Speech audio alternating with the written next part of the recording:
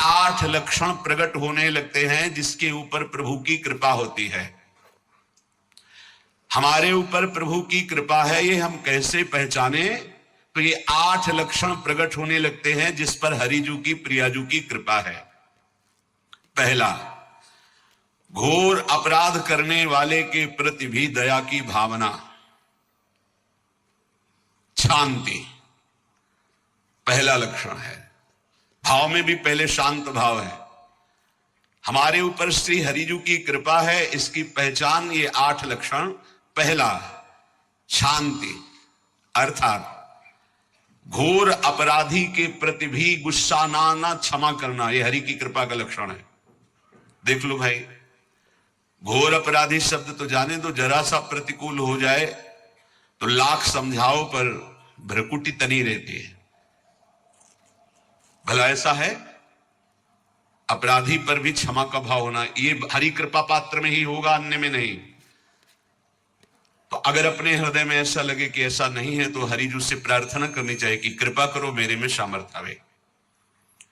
दूसरा, अनुसूया, वो किसी भी के प्रति कभी भी कोई दोष दर्शन ही नहीं करेगा।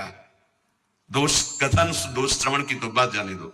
अनुसूया, दूसरों के गुणों में दोष ढूंढना, ये नहीं होता। हरि कृपा पात्र में ही नहीं होता। ये सब भजन के नाश करने वाले।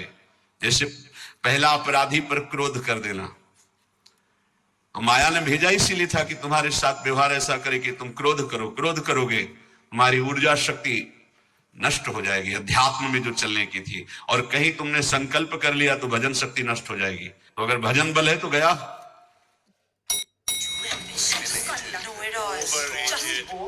When they judge your every move, you know what to do. You go, girl.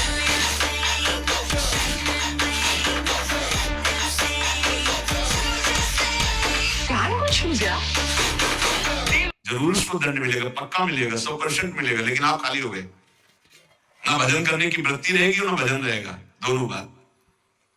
Anusuya, किसी के सद्गुणों में दोष देखना, गुणों में दोष ढूंढना, ये हरि कृपा पात्र में नहीं होता।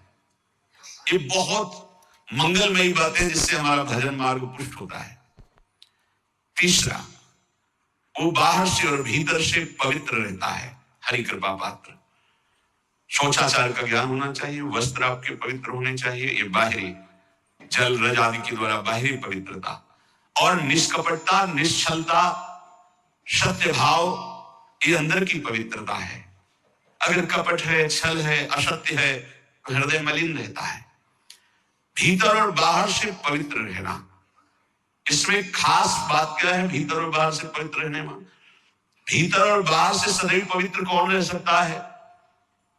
तो बोले जो पुंडरीकाक्ष भगवान श्री हरि का प्रियाजू का स्मरण करता रहता है, शवाभ्यंतर शुचि, वो बाह्य और अभ्यंतर दोनों से पावन रहता है। तीसरी जो कृपा का लक्षण है, अर्थात वो सदैव भगवत चिंतन परायण, शौचाचार का पालन करने वाला, बाहर और भीतर से हरि कृपा पात्र पवित्र रहता है। चौथा, ऐसे कार्यों का अनुष्ठान न करे जिनमें हमारा भजन छूटता है, जिनमें सत्य छूटता है, जिनमें भगवत भाव छूटता है।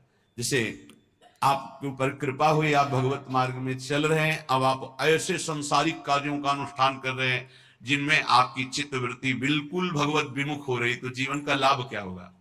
लाभ तो है भगवत स्मरण से ही।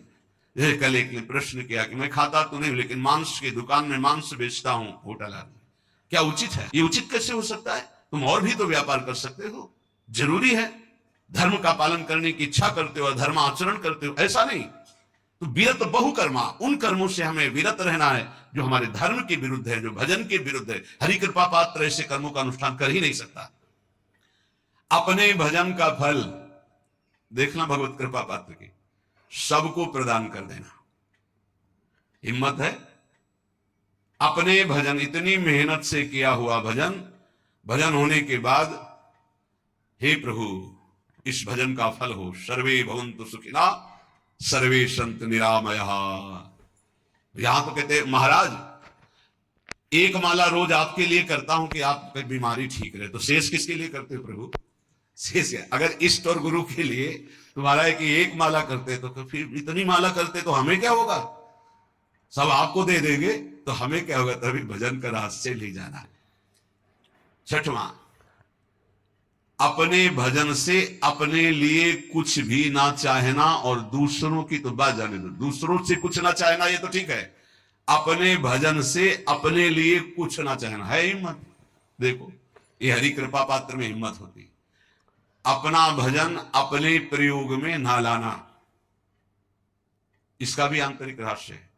अपने प्रयोग में आप शरीर को लेकर के बोलेंगे, अगर स्वरूप को लेकर तो प्रयोग की कोई वहां जरूरत ही नहीं।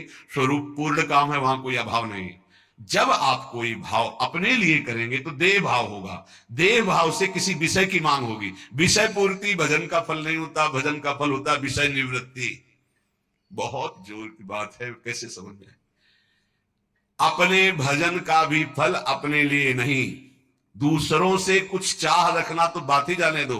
भजन से भी कोई अन्य सुख की चाह नहीं।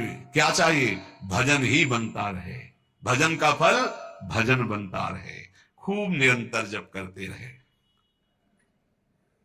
सातवां, किसी भी मान सम्मान कीर्ति पद प्रतिष्ठा के मिलने पर हृदय का असंतुष्ट हो जाना, यह हरि कृपा पात्र का लक्षण होता है।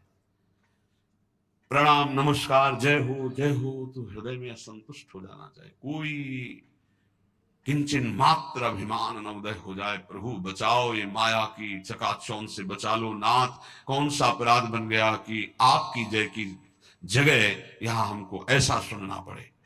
मान प्रतिष्ठा कीर्ति जिसके लिए बड़े बड़े लालायित रहते, हरि कृपा पात्र को विष की तरह चुभती है।